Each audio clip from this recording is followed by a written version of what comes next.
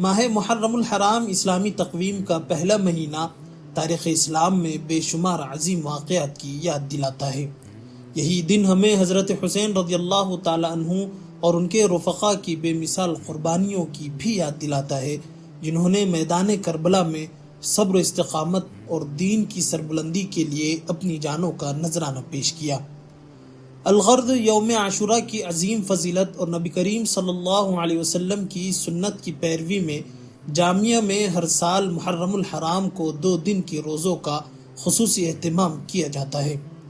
اسی مناسبت سے جامعہ کلکوا میں امسال یوم عاشوراء کے موقع پر نہایت ہی روح پرور اور بابرکت افطار کا اہتمام جامعہ کے وسیع و عریض وسطانوی ہال میں کیا گیا، جس میں جامعہ کے تقریباً 12,000 طلباء نے اجتماعی طور پر سنت نبوی پر عمل کرتے ہوئے یوم عاشوراء کا روزہ افطار کیا۔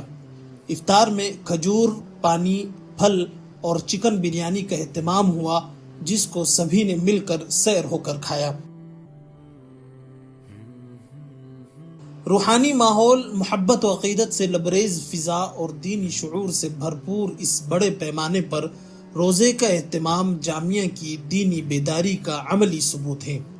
افطار سے قبل رئیس جامعہ حضرت مولانا حذیفہ غلام محمد وسطانوی نے نہایت ہی رقت انگیز دعا فرمائی، جس میں امت مسلمہ کی فلاح و بہبود، مظلومین اسلام کی نصرت، دینی اداروں کی ترقی اور خاص طور پر جامعہ کی خدمت میں لگے تمام اہل خیر حضرات کے لیے خیر و برکت کی دعائیں کی گئی۔